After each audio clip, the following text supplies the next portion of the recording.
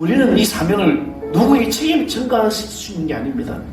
큰 교회나 작은 교회나 주님은 여러분이 다 부르심을 받고 여러분을 다 주님이 쓰시고자 하는 것입니다. 자, 오늘 우리에게 주신 하나님 말씀 누가복음 제5장 1절에서 11절까지 말씀입니다. 누가복음 제5장 신약성경 제아가인 성경 95쪽입니다. 5장 1절에서 11절 다 찾으셨으면 제가 한 절 여러분한테 이렇게 봉독합니다. 무리가 몰려와서 하나님의 말씀을 들을새 예수는 게네사렛 호숫가에 서서 호숫가의 배 두 척이 있는 것을 보시니 그들은 배에서 나와서 그물을 씻는지라. 예수께서 한 배에 오르시나니 그 배는 시몬의 배라. 육지에서 조금 뛰기를 정하시고 앉으사 배에서 무리를 가르치시더니 말씀을 마치시고 시몬에게 이르시되 깊은 데로 가서 그물을 내려 고기를 잡으라.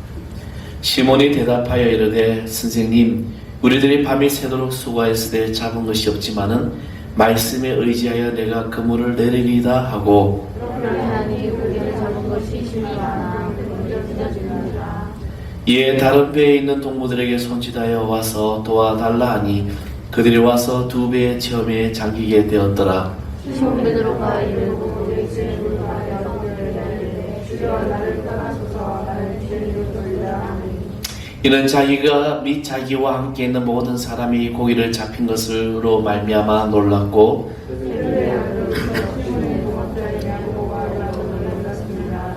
예수께서 시몬에게 이르시되 걱정하지 말라 이제 그러면 내가 사람을 취하리라 하시니 다 같이 합니다. 그들이 배들을 육지에 대고 모든 것을 물두고 예수를 따르니라. 아멘. 할렐루야. 2020년 참 말도 많고 달도 많고 또 코로나로 인하여 힘든 이 한 해였습니다.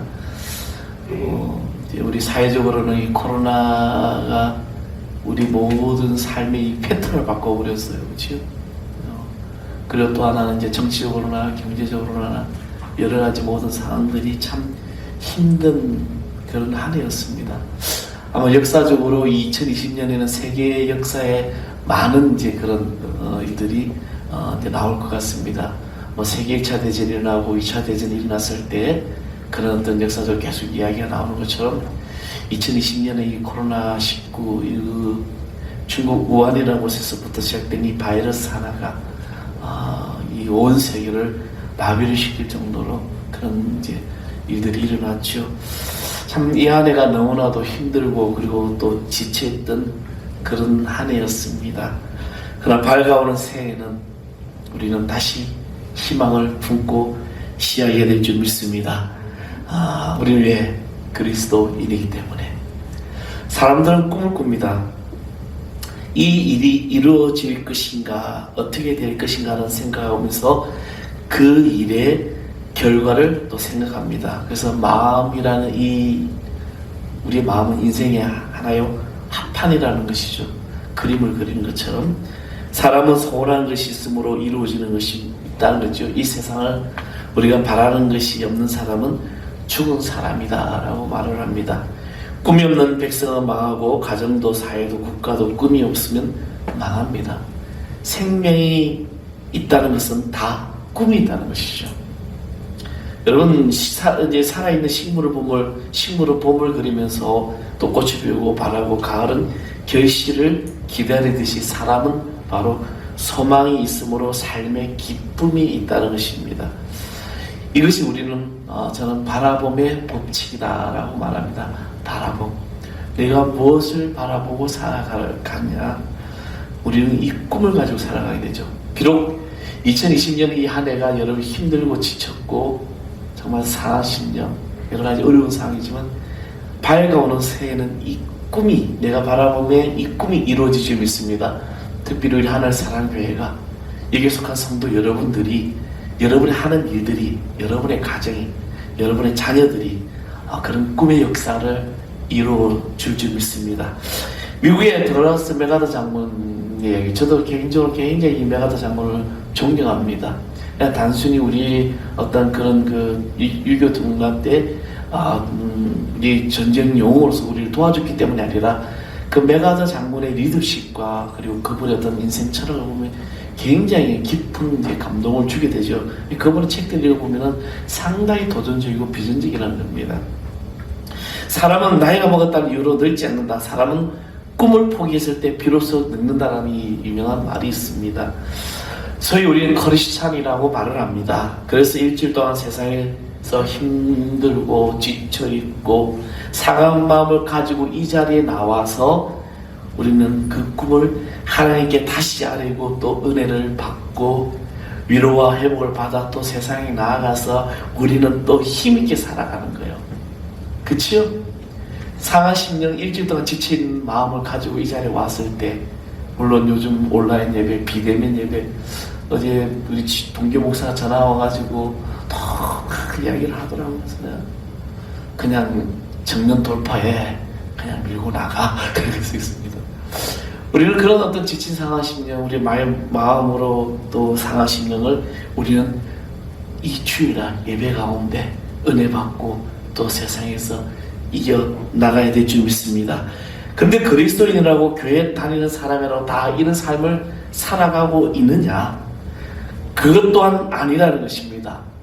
어떤 사람은 유를 얻고 힘을 얻고 또 어떤 사람은 이 하루를 내가 집에서 그냥 쉬면 되지, 아니면 가족들과 함께 즐기면 되지. 요즘 뭐 꼼짝하지 말라 그러지만 지금 내가 뭐 하는 것일까? 코로나로 또 많이 힘들잖아요, 그죠? 온라인이라는 정말 이 공적인 이 예배, 정당화되는 이 예배, 이것만 있으면 되지. 이 명분을 우리는 가지고 이렇게 지금 힘든 삶을 살아갑니다. 그런데 우리 인생이 때론 짜증도 나고 힘이 이럴 때가 있다는 것이죠. 오늘날 우리가 잘 아는 이 인생의 실패와 짜증나는 하루를 보낸 이 한 사람이 오늘 등장한다는 걸 바로 본문의 말씀 속에서, 한때는 잘 나가는 어부였습니다. 그 지방에서 소문난 이 사람에게 오늘 자신이 주 생계의 수단인 물고기를 한 마리도 잡지 못하는 그 밤, 그래서 완전히 자기 인생을 포기한 상태에 있는 이 사람이 있었습니다. 근데 그 사람이 오늘 놀라운 삶의 경험을 이루게 됩니다. 그 경험이 바로 깊은 곳으로. 그래서 저는 말씀 제목을 깊은 곳으로라는 제목을 잡았어요. 깊은 곳. 이 어부는 어떤 깊은 곳으로 갔을까? 그러면 먼저 이 어부는 말씀의 깊은 곳으로 갔다는 것입니다. 오전에 말씀해 보면 시몬이 대답하여 이르되 선생님, 우리들이 밤이 새도록 수고하였으되 잡은 것이 없지만은 말씀에 의지하여 내가 그물을 내리리이다. 아멘. 오늘 이것만 여러분 기억하시면 그냥 가셔도 돼요. 예수님은 많은 물이 있는 그 게네사렛 호수가에서 배 두 척을 보셨습니다. 어부들은 그물을 지금 이제 씻고 있었어요. 오늘 한 마리도 고기를 못 잡았지만 내일을 위해서 또 고기를 막 짚고 있어서 그물을 짚고 있었어요. 주님은 시몬의 배에 타셔서 배를 조금 육지에서 떨어지기를 이제 정하시고 군중들에게 말씀을 전했습니다. 그리고 그들의 말씀을 다 듣고 있는 그런 이제 그림을 이제 여러분 한번 그려보십시오. 이 말씀을 맞추시고 시몬에게 깊은 데로 가서 그물을 내려 고기를 잡으라. 이런 예수님의 말씀을 들은 베드로의 이 모습을 만약에 그 자리에 제가 있었다면 어떻게 했을까? 제가 만약에 고기를 잡는 전문가입니다. 요즘 뭐 도시오브라는 뭐 다큐 프로가 이제 시사 예능 프로가 있는 것 같은데 요즘은 낚시를 제가 한동안 빠졌다가 이제 딱 끊어버려요. 저는 제 성격이 뭘 하다가 뭐 이것이 내 인생에 여러 가지 방해가 된다면 다 끊어버려요. 그래서 고등학교 때 당구를 배우다가 당구를 열심히 쳤어요. 뭐 치다고. 그럼 이제 근데 밤만 되면 당구밖에 생각이 안 나. 그래서 제가 그날 그 다음날부터 친구들이 당구를 치자고 부를 때 끊어버렸어요. 가만히 끊어버려 안 가버렸죠. 왜 이 당구가 뭐 온통 당구 색깔밖에 안 나요. 막 큐대 막 어떻게 되나 막 각도 놓고 막 그런 거 있잖아요, 그죠? 한참 바둑을 배우려다가 바둑돌이 보인다는 말을 누가 이야기하시더라고요, 그죠? 그래서 제가 낚시를 이놈 낚시가 너무 좋은 거야, 그죠? 만약 제가 어부였다, 내가 고기를 잡는 베테랑이에요. 그런데 밤새도록 한 마디 고기를 잡지 못했는데 그물을 깊은 데로 가서 던지라는 겁니다. 이런 예수의 말씀을 듣고 베드로는 당했을 겁니다. 아니 황당했을 거예요. 그러나 베드로는 이렇게 대답합니다. 밤이 새도록 내가 힘쓰고 노력하고 애썼지만 고기를 한 마리도 못 잡았습니다. 베드로는 어떻게 보면 조금 수치스러운 일일 것입니다. 어부로서 베테랑이고 전문가 아닙니까? 그런 자신이 고기를 한 마리도 잡지 못해서 속이 상했는데, 그래서 그런 불편한 마음을 가지고 집으로 가려고 하는데, 그런 자신을 알지 못하는 사람이 와서 다시 고기를 잡으라는 말하니 얼마나 기분이 나쁘고 화가 났을지도 모릅니다. 그러나 그런 예수님의 말씀대로 그물을 내리겠다고 대답합니다. 많은 무리들이 예수님에게 느꼈던 그런 느낌을 베드로가 지금 느꼈던 거예요. 무엇인지 알지 못하지만 뭔가 다른 느낌을 받았고, 그래서 예수님의 말씀에 순종을 하게 됩니다. 깊은 데로 가서 그물을 내려 고기를 잡으라는 이 예수님의 명령에 어부인 시몬도 말씀에 순종했습니다. 물고기가 잡는 게 전문가인 그가 자신의 기술과 경험마저 다 내려놓고 순종했을 때 그물이 찢어지도록 힘이 많은 물고기를 잡는 기적을 경험하게 된다는 것이죠. 주의 말씀은 내 생각과 내 상식을 깨어 믿어지고, 또 경험과 실력도 말씀과 명령 앞에서 다 접어지는 것입니다. 선생님, 우리들이 밤이 새도록 수고하고 애썼지만 잡은 것이 없지만은 말씀에 의지하여 내가 그물을 내리리다. 이 말씀은 깊은 곳으로 빠질 때 믿음의 큰 변화와 기적을 체험하게 된다는 것입니다. 나는 이래서 안 돼, 나는 저래서 안 돼, 이런 여러 가지 주위의 상징 불편과 불만을 가지고 변명을 드리는 것은 말씀을 의지하는 것이 아니라는 거예요. 내가 이것 때문에 난 할 수 없어, 나는 원래 그렇게밖에 못 살아.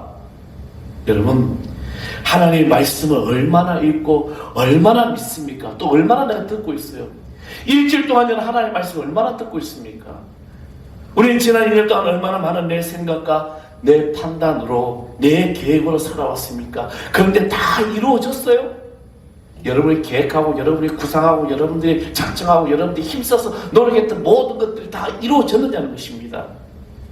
인생이라는 것이 내 계획대로 되면 얼마나 좋을까요? 그렇죠? 여러분 인생 여러분 계획대로, 내가 생각한 대로 다 되면 얼마나 좋아요?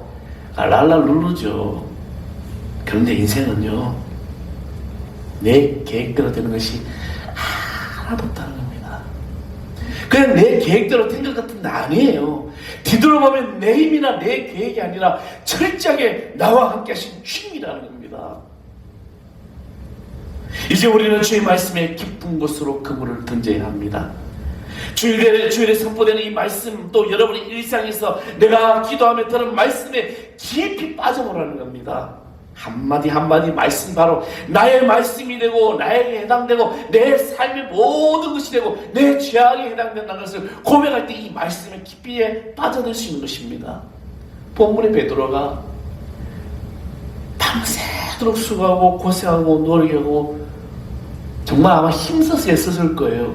근데 하나도 얻지 못했습니다. 그러나 주의 말씀에 의지하여 나를 내려놓는 순간, 내가 말씀에 의지하여 깊은 곳에 그물을 내렸을 때, 내가 주의 말씀으로 깊은 곳으로 그물을 내렸을 때, 그 순간 베드로의 모든 기적의 역사를 보게 되는 것입니다. 저는 사랑하는 성도 여러분, 여러분이 이제 여러분의 생각, 여러분의 계획, 여러분의 아집 다 내려놓고 오직 주의 말씀에 그물을 내려보십시오. 하나님께서 그 그물의 놀라운 기적을 이루어 주실 줄 믿습니다.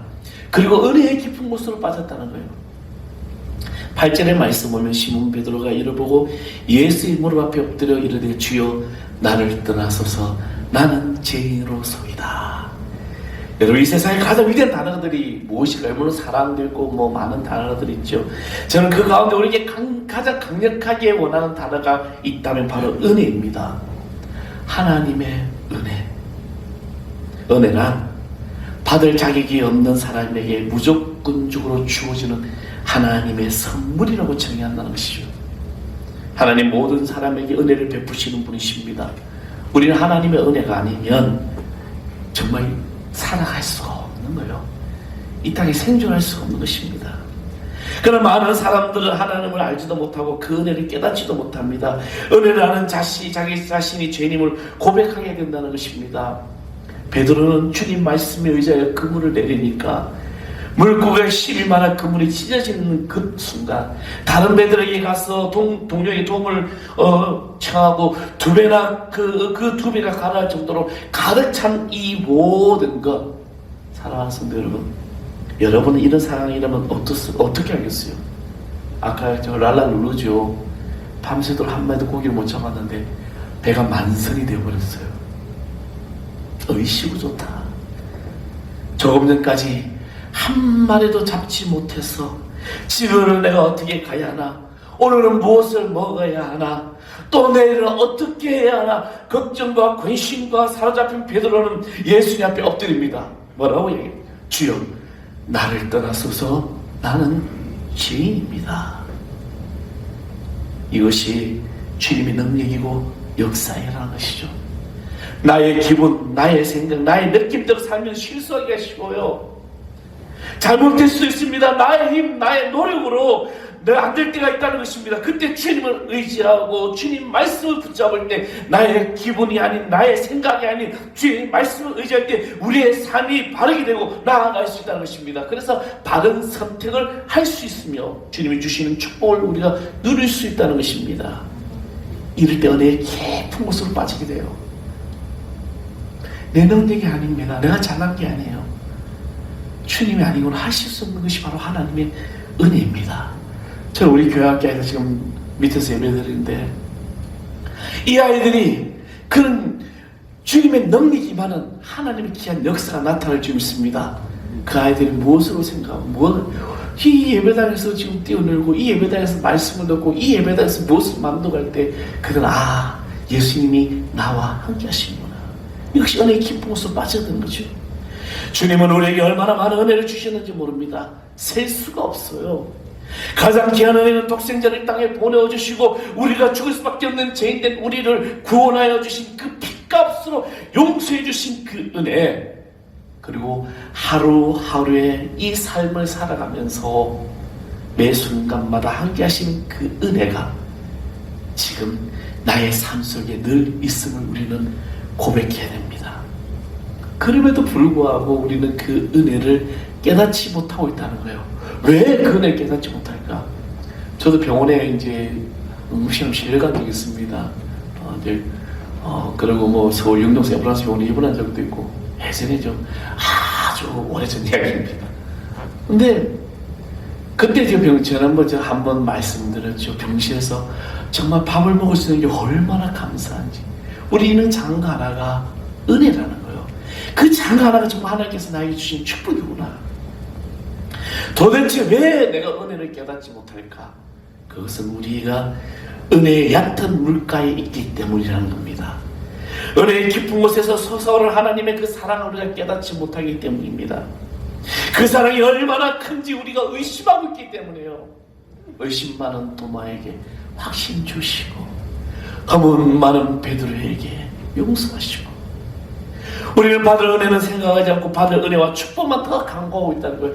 지금까지 내가 받은 은혜가 얼마나 큰데, 그럼 더 달라고 마치 어린아이가 배고프면 달라고 아우성 치는 것처럼 그 은혜를 더 달라고만 하고 있다는 것입니다. 이것이 바로 얕은 물가에 있는 우리의 모습이라는 것이죠. 미국의 유명한 화가 터너라는 화가가 있습니다. 그가 이제 출학교 교사라는데, 어느 날 이 신앙교육에 이제 굉장히 관심이 많은 분이에요. 근데 이 터너가 어느 날 세로 2m, 가로 4m짜리 되게 크죠. 그런 어떤 컴패스를 다 준비하고 그가 가르치는 반 아이들에게 물감을 주면 마음대로 그리라고 하는 거예요. 그러니까 아이들이 얼마나 신납니까? 요즘 그런 미술 많이 하잖아요. 아이들은 손으로 붓으로 막 그리니까 그 캔버스는 완전히 난장판이 되어 있었어요. 어떤 아이는 그림도 그리는 아이도 있고. 그런데요, 터너가 붓을 딱 드는 순간, 그리고 막 그 밭 그림, 아이들이 막 난장판을 그렸던 그 그림을 막 손질하기 시작합니다. 엉망이 되어버렸어요. 한참 후에 그 그림은 아름다운 풍경화가 되어버린다는 것입니다. 새롭게 고쳐서 아름답게 됐다는 것이죠. 가끔 우리는 어지럽고 어지럽다고 느낄 만큼 마음이 복잡해지고 지저분해질 때가 많아요. 우리의 삶이 날카로워 찢어지고 종잡을 수 없고 혼란스러울 때가 있습니다. 그래서 많은 일들마다 짜증이 날 때도 있을 것입니다. 그러나 새롭게 치료해 주신 하나님의 은혜가 내 삶의 가운데 있다면, 하나님의 은혜가 임하고 있다면 여러분의 마음이 정돈이 되고 용기가 생기고 깨끗해진다는 것입니다. 아이들이 엉망으로 만들어 놓은 그림이 터널 때문에 작품으로 변화되듯이 은혜의 깊은 곳으로 우리가 들어갈 때 우리는 놀라운 삶으로 변화될 것이라는 겁니다. 우리 이름을 사랑하는 성도 여러분, 오늘 내 인생에 어지럽고 복잡하고 짜증나는 삶이라면, 그런 생각이 내 마음에 지금 가득 차 있다면 주님이 오늘 여러분의 마음을 붓으로 손댈 줄 믿습니다. 그래서 내 마음이 아름다워지는 거죠. 그리고 마지막으로는 사명의 깊은 곳으로 빠져야 돼요. 10절에 11절의 말씀에 보면 베드로를 주님께서 부르십니다. 베드로는 고기가 엄청 많아서 아마도 굉장히 놀랐을 것입니다. 그리고 함께 있던 야고보와 요한도 놀랐습니다. 이런 놀라운 일이 일어나자 베드로와 야고보와 요한은 예수님이 자신과 다르다는 것을 느끼게 됩니다. 그래서 주여 저는 죄인입니다. 나를 떠나주세요. 저를 떠나주세요. 그렇게 고백할 수밖에 없는 거예요. 아, 저분은 아니구나. 저분은 우리가 다른 인생이고 다른 삶이구나. 우리도 예수님의 기적, 주님의 능력과 부흥을 경험할 때 얼마나 놀라고 있습니까? 베드로도 그런 경험을 한 것이라는 거죠. 그때 주님은 시몬에게 무서워하지 말라. 이제후로는 내가 사람을 취하리라. 예전의 성경의 표현대로 하면 두려워 말라. 내가 사람을 낚는 어부가 되게 하리라. 아멘. 아멘. 그렇게 놀라고 있는 시몬에게 말씀하십니다. 두려워 마. 이제 너는 사람을 낚는 어부가 될 것이야. 내가 사람을 차리라. 베드로의 마음을 헤아려 주시고 또 미래에 어떻게 될 것인지를 지금 말씀하고 있는 것입니다.